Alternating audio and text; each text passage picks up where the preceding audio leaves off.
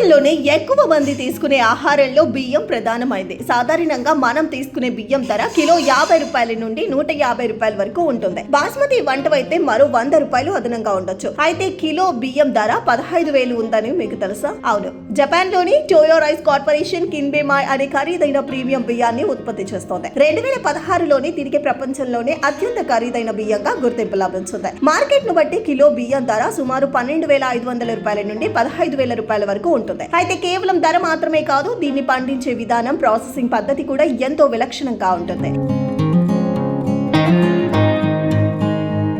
సాధారణ బియ్యం లాగా దీనిని వండే ముందు కడగాల్సిన అవసరం లేదు. కారణం ఏంటంటే ప్రత్యేకమైన రైస్ బఫింగ్ టెక్నాలజీ ద్వారా ఈ బియ్యపు గింజలపై ఉండే అదనపు స్టార్చ్ ను ముందుగానే తొలగిస్తారు. దీంతో బియ్యం శుభ్రంగా ఉంటుంది, అలాగే జీర్ణం కావడం కూడా సులభం అవుతుంది. అయితే ఈ ప్రీమియం బియ్యం తయారీలో జపాన్ కు చెందిన ప్రసిద్ధ రకాలైన కోషిహికారి రైస్, పికమారు రైస్ వంటి వాటిని ఉపయోగిస్తారు. ఈ రకాల బియ్యం ప్రత్యేకమైన సువాసన, రుచితో కలిగి ఉంటుంది. అలాగే ఈ బియ్యపు గింజలను యంత్రాలతో కాకుండా చాలా జాగ్రత్తగా ఎంపిక చేస్తారు.